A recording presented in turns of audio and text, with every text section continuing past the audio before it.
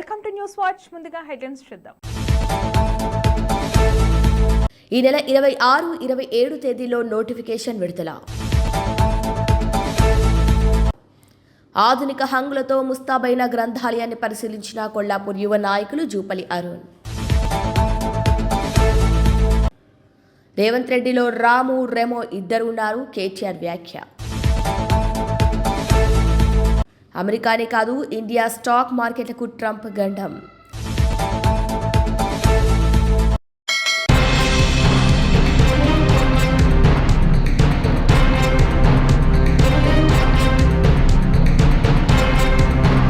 Cinema టికెట్ల పెంచబోమని చెబుతూనే ధరల పెంపుకు జీవో జారీ చేస్తారని విమర్శ. సర్వాయి పాపన్న పేరుపై జిల్లా చేస్తామని చెబుతూనే జనగామ జిల్లాను తొలగిస్తామంటున్నారని ఆగ్రహం. మున్సిపల్ ఎన్నికలకు సిద్ధంగా ఉన్నామన్న కేటీఆర్, జనసేన సహా ఏ పార్టీ అయినా పోటీ చేయవచ్చని స్పష్టీకరణ. ఇక తెలంగాణ ముఖ్యమంత్రి రేవంత్ రెడ్డిలో 2 కోణాలున్నాయని బీఆర్ఎస్ వర్కింగ్ ప్రెసిడెంట్ కేటీఆర్ ఎద్దేవా చేశారు. ఒకటి రాము అయితే మరొకటి రెమో అని ఆయన వ్యాఖ్యానించారు. ఈ రోజు విలేకరులతో ఆయన మాట్లాడుతూ, ఒకవైపు సినిమా టికెట్లను పెంచబోమని చెబుతూనే మరోవైపు టికెట్ల ధరలు పెంచుతూ ప్రభుత్వం జీవో జారీ చేస్తోందని అన్నారు. సర్వై పాపన్న పేరు మీద జనగామ జిల్లాను ఏర్పాటు చేస్తామని చెబుతూనే తిరిగి అదే జిల్లాను తొలగిస్తామని చెబుతున్నారని విమర్శించారు. అందుకే ఆయనలో రాము, రెమో 2 కోణాలు ఉన్నాయని చెబుతున్నామని పేర్కొన్నారు. ఇక మున్సిపల్ ఎన్నికలకు తాము సిద్ధంగా ఉన్నామని కేటీఆర్ స్పష్టం చేశారు. సర్పంచ్ ఎన్నికల్లో ముఖ్యమంత్రి స్వయంగా ప్రచారం చేసినప్పటికీ కాంగ్రెస్ పార్టీకి ఆశించిన ఫలితం రాలేదని అన్నారు. పంచాయతీ ఎన్నికల్లో తాము 40% సర్పంచ్లను గెలుచుకున్నామని, మున్సిపల్ ఎన్నికల్లోనూ మెజార్టీ స్థానాలను గెలుచుకుంటామని ధీమా వ్యక్తం చేశారు. మున్సిపల్ ఎన్నికలు శివరాత్రి లోపలే ముగుస్తాయని అభిప్రాయపడిన కేటీఆర్, తాము ఎన్నికలకు సంసిద్ధంగా ఉన్నామని తెలిపారు. జిల్లా పరిషత్ ఎన్నికలు నిర్వహించే ఆలోచన ప్రభుత్వానికి లేదని అన్నారు.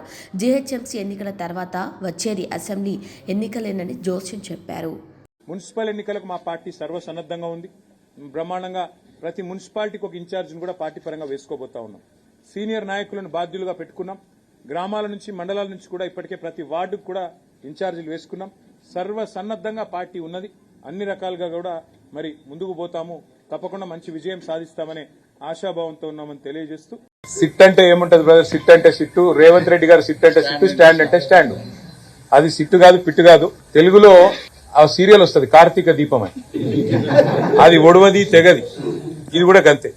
2 ఏళ్ల కింద రేవంత్ రెడ్డి పాపం పరిపాలన రాదు, చేతగాదు, అసమర్థుడు. ఇచ్చిన హామీలు నిలబెట్టుకునే తెలివి లేదు. 420 హామీలు ఇచ్చి అడ్డగోలు అబద్దాలు చెప్పి అధికారంలోకి వచ్చారు. తప్పించుకోవాలంటే ఏం చేయాలి? అమలు చేయకుండా 6 గ్యారెంటీలు, 420 హామీలు, ఏదో ఒక రూపంలో అటెన్షన్ డైవర్షన్ గేమ్లు ఆడాలి. అందులో భాగంగా కొన్ని రోజులు కాళేశ్వరం కుంభకోణం అని కొన్ని రోజులు డ్రామా, తర్వాత ఫోన్ ట్యాపింగ్ అని కొన్ని రోజులు డ్రామా, అట్లాగే కొన్ని రోజులు గొర్రెల స్కామ్ అని డ్రామా, కొన్ని రోజులు ఫార్ములా ఈ అని కొన్ని రోజులు డ్రామా. ఈ 2 ఏళ్లు ఈ డ్రామాలు, క్రైమ్ కథా చిత్రాలు, హారర్ చిత్రాలు తప్ప రేవంత్ రెడ్డి గారి ప్రభుత్వం సాధించింది, ప్రజలకు ఇచ్చింది ఏమైనా ఉందా? దయచేసి మీరు కూడా, మీడియా సోదరులు కూడా ఆలోచించాలని నేను కోరుతా ఉన్నా.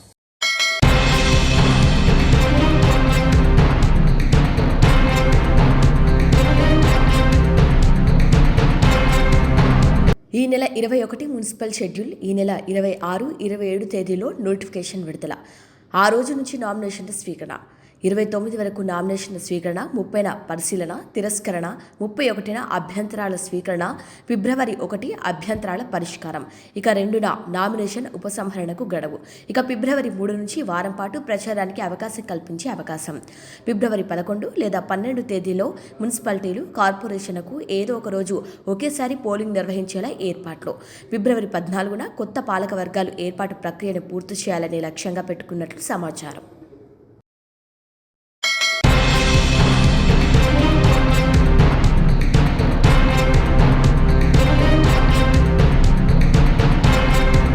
సింగరేణి ఓపెన్ కాస్ట్ టెండర్లపై సీబీఐ విచారణ కోరుతూ టీబీజీకేఎస్ బీఆర్ఎస్ నిరసన తెలిపింది. నైనీ బ్లాక్ సహా ఫీల్డ్ విజిట్ ద్వారా కేటాయించిన 7 ఓబీ టెండర్లపై విచారణకు డిమాండ్ చేస్తూ కార్మికుల నిరసనలతో సింగరేణి ప్రధాన కార్యాలయం ముందు ఉద్రిక్త వాతావరణం చోటు చేసుకుంది. సింగరేణిలో నైనీ బొగ్గు బ్లాక్ ఓబీ టెండర్ విధానం సహా ఇతర కేటాయింపులపై సీబీఐ విచారణ కోరుతూ భద్రాద్రి కొత్తగూడెం జిల్లా కొత్తగూడెం సింగరేణి ప్రధాన కార్యాలయం ముందు తెలంగాణ బొగ్గు గని కార్మిక సంఘం బీఆర్ఎస్ ఆధ్వర్యంలో జిల్లా అధ్యక్షుడు రేగా కాంతారావు, ఖమ్మం రాజ్యసభ సభ్యులు వద్దిరాజు రవిచంద్ర నిరసన చేపట్టారు. సింగరేణి ప్రధాన కార్యాలయం ముందు నినాదాలతో ధర్నా నిర్వహించారు. చేశారు. కార్యాలయంలోకి వెళ్లేందుకు యత్నించగా పోలీస్, సింగరేణి సెక్యూరిటీ విభాగం సిబ్బంది అడ్డుకున్నారు. ఈ సందర్భంగా బీఆర్ఎస్ రాజ్యసభ సభ్యుడు వద్దిరాజు రవిచంద్ర మాట్లాడుతూ open cast over burden tender విధానం అక్రమాలపై మీడియా బట్టబయలు చేస్తే మీడియా సంస్థల ఆధిపత్యం పేరుతో సీఎం తేలికగా తీసుకోవటం విచారకరంగా ఉందన్నారు. సింగరేణిలో వాటాదారులైన కేంద్ర ప్రభుత్వం జోక్యం చేసుకుని నైనిగనితో పాటు ఫీల్డ్ విజిట్ పేరుతో టెండర్లు ఇచ్చిన ఇతర బొగ్గు బ్లాక్ల కాంట్రాక్టర్లపైన విచారణ జరపాలని డిమాండ్ చేశారు. ఈ కార్యక్రమంలో మాజీ మంత్రి వనమ వెంకటేశ్వరరావు, కార్మిక సంఘం నాయకులు పాల్గొన్నారు.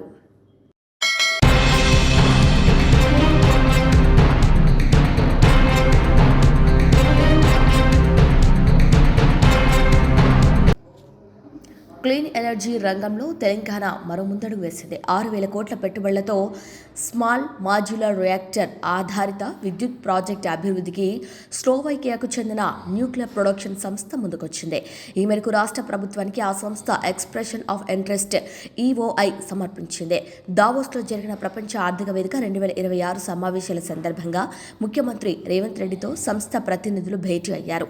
ఈ సమావేశంలో ఐటీ పరిశ్రమల శాఖ మంత్రి దుద్దిల్ల శ్రీధర్ బాబు, రెవెన్యూ శాఖ మంత్రి Ponguleti Srinivasareddy, IQ capital group చైర్మన్గా doctor John Babik, group CEO director Anil Kumar Bavisetti, green house enviro CEO director Melugu Sripal Reddy, Slovak Republic council Martus Jemos పాల్గొన్నారు. ఈ సందర్భంగా ముఖ్యమంత్రి రేవంత్ రెడ్డి మాట్లాడుతూ తెలంగాణ ప్రభుత్వం క్లీన్ అండ్ గ్రీన్ ఎనర్జీ ప్రాజెక్టులను ప్రోత్సహించేందుకు సిద్ధంగా ఉందన్నారు. 2047 నాటికి నెట్ జీరో అభివృద్ధి లక్ష్యాన్ని సాధించడంలో సుస్థిర అభివృద్ధియే తెలంగాణకు ప్రధానమని ముఖ్యమంత్రి స్పష్టం చేశారు. స్లోవాకియాకు చెందిన ఐక్యూ క్యాపిటల్, భారత్కు చెందిన గ్రీన్ హౌస్ ఎన్విరో సంయుక్త భాగస్వామ్యంలో న్యూక్లియర్ ప్రొడక్ట్స్ సంస్థ ఏర్పడిందని, గరిష్టంగా 300 మెగావాట్ల సామర్థ్యంతో తెలంగాణలో కొత్త విద్యుత్ ప్రాజెక్టును ఏర్పాటు చేసే అవకాశాలను పరిశీలిస్తుందని తెలిపారు. ఈ ప్రాజెక్టు మొత్తం పెట్టుబడి విలువ 600 మిలియన్ యూరోలు, సుమారు 6,000 కోట్లను వెల్లడించారు.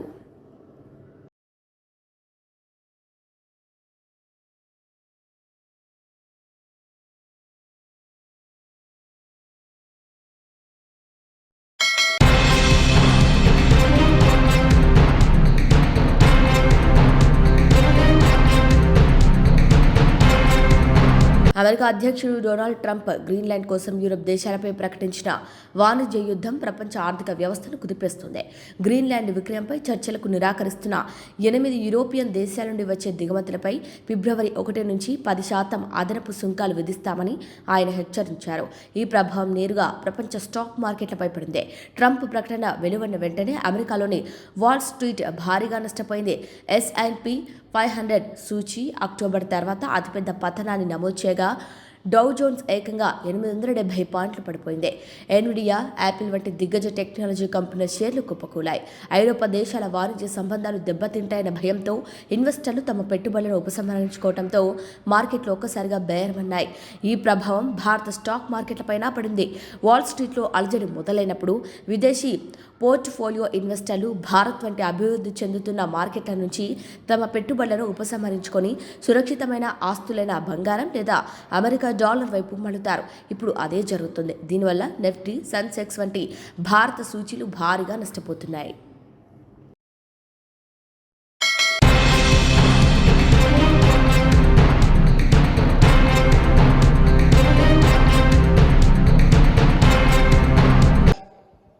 ఇలా మెదక్ జిల్లాను కేసీఆర్ గారు వారి నాయకత్వంలో ఎంతో అద్భుతంగా అభివృద్ధి చేసింది. మెదక్ జిల్లా అనే ఒక దశాబ్దాల కలను నిజం చేసిందే బీఆర్ఎస్ పార్టీ.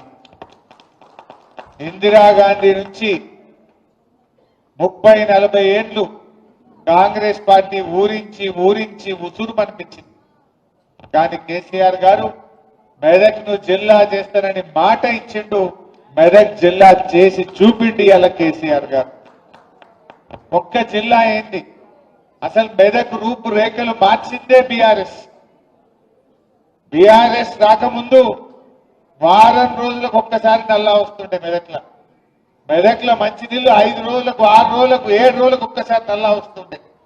కానీ బీఆర్ఎస్ పార్టీ వచ్చినాక ప్రతి ఇంటికి స్వచ్ఛమైన మంజీరా జలాలు అందించింది బీఆర్ఎస్ పార్టీ. కలెక్టరేట్ ఎవరు కట్టింది? జిల్లా ఆఫీస్ ఎవరు కట్టిండ్రు? 100 పడకల ఎంసీహెచ్ ఆసుపత్రి ఎవరు తెచ్చిండ్రు? మెడికల్ కాలేజీ తెచ్చింది బీఆర్ఎస్ కాదా? పట్టణంలో అద్భుతమైన 4 లైన్ల రహదారులు చేసి డివైడర్లు పెట్టి ఫుట్పాత్లు పెట్టి మెదక్ జిల్లా రూపురేఖలు మార్చింది బీఆర్ఎస్ పార్టీ కాదా? గణపురం కాలువలను కోట్ల రూపాయల డబ్బులతో గణపురం కాలువల్ని ఆధునీకరించింది బీఆర్ఎస్ పార్టీ కాదా? గణపురం కాలువలే కాదు, హల్దీ వాగు మీద, మంజీరా మీద పదుల సంఖ్యలో చెక్ డ్యాములు కట్టి నీళ్ళిచ్చింది ఎవరు? బీఆర్ఎస్ కాదా? ఏం చేసింది మీరు గతంలో? జిల్లా చేయకపోతుంది, చెక్ డ్యామ్ కట్టకపోతుంది, హల్దీ మీద కాలువల్ని ఆధునీకరించకపోతుంది, మంచి నీళ్లు ఇవ్వకపోతుంది, రైతులకు కరెంట్ ఇవ్వకపోతుంది, ఇవన్నీ చేసింది బీఆర్ఎస్ కదా. అరే మెదక్ లో అద్భుతమైన రైతు బజార్ కట్టింది ఎవరు? బీఆర్ఎస్ కాదా? ఇలా రైతు బజార్ కట్టింది కూడా బీఆర్ఎస్. గ్రంథాలయం కట్టింది బీఆర్ఎస్ పార్టీ. చెప్పుకుంటూ పోతే చాలా ఉన్నాయి. నేను అడుగుతున్నా, 2 ఏళ్లైంది కాంగ్రెస్ ప్రభుత్వం వచ్చి, ఒక్క పని చూయించగలుగుతారా? हमारे मुसलमान भाई भी दिख रहा मेरे को। शादी खाना कौन बनाए भाई? मेदक में शादी खाना बनाए बीआरएस पार्टी। मेदक में टिमरिस का स्कूल और कॉलेज लाए बीआरएस पार्टी। इमाम मौजूम साहब लोगों को तनख्वाह दिए, उन लोगों को डबल बेडरूम घर दिया बीआरएस पार्टी। क्या नहीं करे बीआरएस? अपना खबरस्तान के लिए 2 करोड़ रुपया देके काम करवाया बीआरएस पार्टी। अपने दरगाह मस्जिदों के लिए पैसे दिया बीआरएस पार्टी। 2 साल में कांग्रेस पार्टी कुछ करा माइनॉरिटीज के लिए? 4000 करोड़ बजट देते बोले, वो भी नहीं दिया। इमाम मौजूम साहब का तनख्वाह बढ़ाते बोले, वो भी नहीं करा। 1 रुपया भी आज तक इमाम मौजूम साहब को नहीं मिला। मुसलमानों को एक छोटा भी काम ये मेदक में 2 साल में नहीं हुआ। मैं पूछना चाहता हूं, मेदक में कुछ कारोबारी हुआ? कुछ काम बना? कुछ कॉलेज ही आया? कुछ गली में रोड बनाया?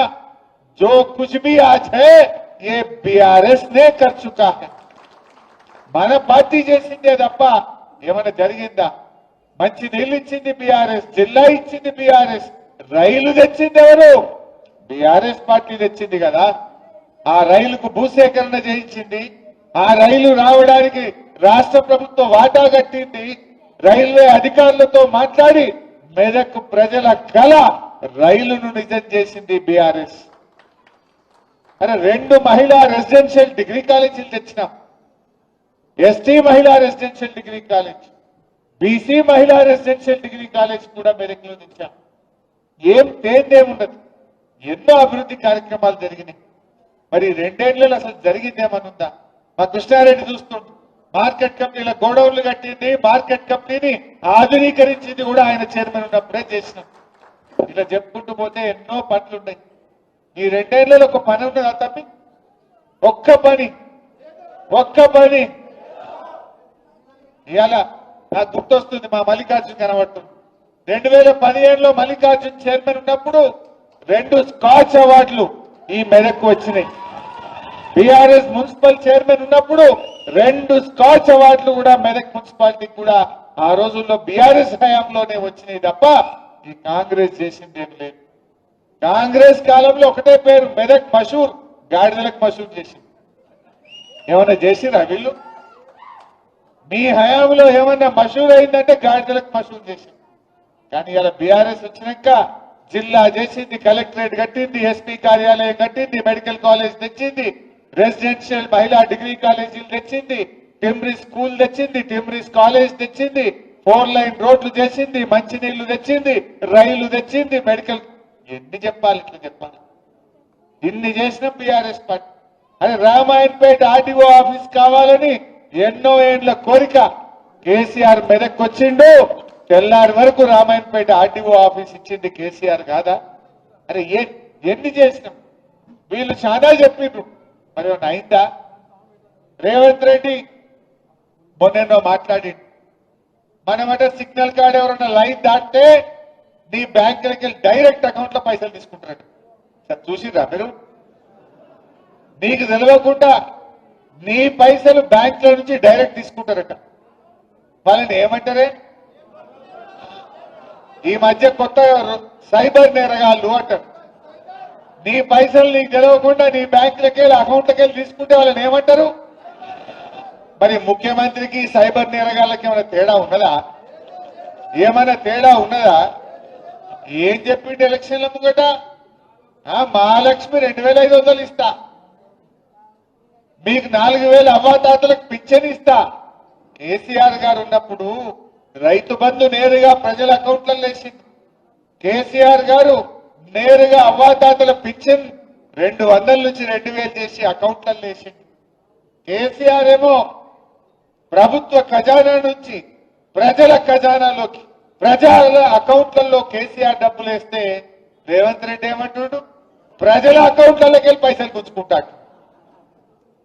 నువ్వు మహిళలకు 2500 ఇంకా అవ్వాతాతలకు 4000 అకౌంట్లో ఏమయ్యా రేవంత్ రెడ్డి అంటే, నేను ఏసుడు కాదు తీసుకుడు తెలుసు నాకు అంటు. ఏసుడు తెలియదు తీసుకుడు తెలుసు అంటుండు. అయినా వేద్దామా? బాగా ఆలోచించండి. మొన్ననే బాకీ కార్డులు వచ్చింది మెదక్లా చూసిన. ఒక్కొక్క అవ్వకు తాతకు 25 నెలలు నిండింది గవర్నమెంట్ వచ్చి. 50,000 బాకీ పడ్డట్టేనా? ఎవడన్నా కాంగ్రెస్ వాడు రేపు అవ్వ దగ్గరకో తాత దగ్గరకో ఓటు అడిగితే ఏం చెప్పాలి? బిడ్డ 50,000 ఇచ్చినాకనే ఓటు అడగాలి కాంగ్రెస్ వాడు అని చెప్పాలి. ఎవరైనా చెల్లె దగ్గరికి పోయి ఓటు అడిగితే 62,500 బాకీ పడ్డావు ఇచ్చినాకనే ఓటేస్తామని చెప్పాలి. నిన్న ఒక చెల్లె అడిగింది, నేను టీవీలో చూసినా, మీరు చూసిందో లేదో, జోగిపేటలో దామోదర్ రాజనరసింహ గారు చీరలు వస్తుండు. మంత్రి గారు చీర వస్తుంటే నీ చీరద్దు నా మహాలక్ష్మి పైసలు ఇవ్వండి, ఇంకా 62,500 ఫస్ట్ ఇచ్చినాక మాట్లాడు అని మంత్రి గారికి ముఖం మీదనే చెప్పిందా లేదా? మొన్న ఒక మంత్రి గారు వివేక్ గారు చెన్నూరులో తిరుగుతుంటే ఈ రోడ్ ఎట్లున్నది, బుగ్గలు లేవు, ఏం సంగతి అని ప్రజలు చెన్నూరులో మంత్రి గారి మీద తిరగబడ్డారు. బట్టి విక్రమార్క ఉప ముఖ్యమంత్రి గారి మీద మదిరల మహాలక్ష్మి సంగతి ఏంది చెప్పు అని మదిరలో ప్రజలు ఆయన మీద ఉప ముఖ్యమంత్రి గారి మీద తిరగబడ్డారు. ఇవాళ పొద్దుగాల ఇంకో మంత్రి పొన్నం ప్రభాకర్ హైదరాబాద్ లో తిరుగుతుంటే జనం పొన్నం ప్రభాకర్ ను నిలదీసినటువంటి పరిస్థితి. కాంగ్రెస్ పరిస్థితి ఏంది? మంత్రులను ఉప ముఖ్యమంత్రిని ఎక్కడికక్కడ ప్రజలు నిలదీస్తున్నటువంటి పరిస్థితి ఉంది. ఓపికబట్టిండ్రు, 1 సాల్ 2 సాల్ 2 ఏళ్ళు ఓపికబట్టిండ్రు. ఇప్పుడు నిలదీసే పరిస్థితి మనం చూస్తా ఉన్నాం. అంటే ఇక ప్రజలు నిలదీస్తున్నారని డైవర్షన్ టాక్టిక్స్. నిన్న నాకు సిట్ నోటీస్ ఇచ్చిండు, ఇంకా ఇయాల్లో రేపు కేటీఆర్కి ఇస్తాడు. గంతే కదా నువ్వు ఇచ్చేది, వచ్చిందా? గంతే చేస్తాడు. ఎందుకంటే కేటీఆర్ గారు ఒకవైపు గట్టిగా నిలదీస్తుండు, ఇంకొక వైపు నేను అడుగుతా ఉన్నా, సమాధానాలు లేవు. నీ బొగ్గు కుంభకోణంలో నీ బామ్మర్దికే నువ్వు సాయం చేసినావు, నీ సంగతి ఏంటంటే దాని మీద సమాధానం లేదు. సిట్ నోటీసులు పంపుతుండే ఇక ప్రేమలేఖలు. భయపడతాం అనుకుంటున్నావా? నువ్వు ఎన్ని నోటీసులు ఇచ్చినా బిడ్డ నిన్ను ప్రశ్నిస్తూనే ఉంటాం. మహాలక్ష్మి ఇచ్చేదాకా అడుగుతాం, రైతు రుణమాఫీ అయ్యేదాకా అడుగుతాం, నువ్వు అవ్వాతాతలకు 4,000 ఇచ్చేదాకా అడుగుతాం, నువ్వు తులం బంగారం ఇచ్చేదాకా అడుగుతూనే ఉంటాం. పిల్లలకు ఎస్సీ ఎస్టీ బీసీలకు ఫీజు రియంబర్స్మెంట్ డబ్బులు ఇచ్చేదాకా రేవంత్ రెడ్డి వెంట పడుతూనే ఉంటాం. నువ్వు ఎన్ని నోటీసులు ఇచ్చినా, నువ్వు ఎన్ని అటెన్షన్ డైవర్షన్లు చేసినా నీ వెంటనే పడతాం. ఏందన్నట్టు మనం మున్సిపల్ ఎన్నికల్లో పనిచేసుకోవద్దు, ఇక ఈ సిట్ నోటీసులు ఇచ్చి దాని చుట్టే తిరగాలి. నీ బామ్మర్ది బొగ్గు కుంభకోణం బయటకు రావద్దు, ఈ సిట్ నోటీసుల మీద డైవర్షన్ పాలిటిక్స్ చేయాలి. నడవ ఈ డ్రామాలు. జనంకి అన్ని అర్థమైపోయినాయి. నువ్వు ప్రజల్ని మోసం చేసినావు. పైసలు లేవని ఒక దిక్కంటాడు, ప్రత్యేక విమానాలల్లా విదేశాలు తిరుగుతున్నాడు, ఢిల్లీ తిరుగుతున్నాడు. ఈయన ఫుట్బాల్ ఆడడానికి స్టేడియంలు కట్టుకుంటున్నాడు. ఈయన ఫుట్బాల్ ఆడడానికి సింగరేణి నుంచి 10 కోట్ల రూపాయలు తెచ్చుకొని ఈయన ఫుట్బాల్ షోకులు నెరవేర్చుకుంటుండు. మొన్న 100 కోట్లు ఖర్చు పెట్టిండు ఫుట్బాల్ మీద. 100 కోట్లతో 10 స్కూళ్లు కట్టకపోదుమా? పైసలు లేవంటావు, నీ ఫుట్బాల్ కోసం 100 కోట్ల రూపాయలు ఖర్చు పెట్టవా రేవంత్ రెడ్డి? నీ షోకుల కోసం ఖర్చు పెట్టవా రేవంత్ రెడ్డి? మనం చూస్తలేమా? నిన్న మొన్న వాటాల పంచాయతీ పడి మంత్రులే ఇవాళ కొట్లాడుకుంటున్నారు, వాటాల కోసం రోడ్డు మీద పడతా ఉన్నారు. ఇవాళ అన్ని విషయాలు కూడా ప్రజలకు అర్థమైపోతా ఉన్నాయి. మీరు మెదక్లు నేను అడుగుతా ఉన్నా, ఎందుకంటే కాంగ్రెస్ గవర్నమెంట్ ఉంటే గణపురం నీళ్లు వదలాలంటే జీబులు కట్టుకుని హైదరాబాద్ పోవాలి, హ్యూమన్ రైట్స్ కమిషన్ల కేసులు వేయాలి. 10 ఏళ్ల బీఆర్ఎస్ గవర్నమెంట్ లో గడప బయట కాలు పెట్టకుండా నీళ్లు వచ్చినాయా లేవా? ఒక్క ఫోన్ కొట్టి పద్మక్క నీళ్లు ఇడు అంటే ఆడ గేట్లు ఎత్తుడైనా. గడప బయట కాలు పెట్టకుండా 10 ఏళ్లు గణపురం ఆనకట్టకు నీళ్లు ఇచ్చింది బీఆర్ఎస్. కాంగ్రెస్ వచ్చింది, యాసంగి పంటకు నీళ్లు బంద్ అయినాయి. ఉన్నాయా ఈ యాసంగికి నీళ్లు? ఈ యాసంగి ఎండబెట్టేసి క్రాప్ హాలిడే ప్రకటించిండు. యాసంగి రైతు బంధు ఇప్పటిదాకా వాళ్ళే. కేసీఆర్ ఏమో నాట్లకు రైతు బంధు ఇచ్చిండు. రేవంత్ రెడ్డి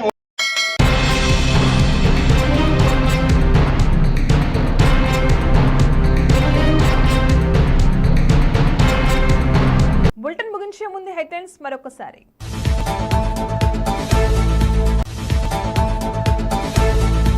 ఈ నెల 26, 27 తేదీలో నోటిఫికేషన్ విడుదల. ఆధునిక హంగులతో ముస్తాబైన గ్రంథాలయాన్ని పరిశీలించిన కొల్లాపూర్ యువ నాయకులు జూపల్లి అరుణ్. రేవంత్ రెడ్డిలో రాము రెమో ఇద్దరు ఉన్నారు, కేటీఆర్ వ్యాఖ్య. అమెరికానే కాదు, ఇండియా స్టాక్ మార్కెట్లకు ట్రంప్ గండం.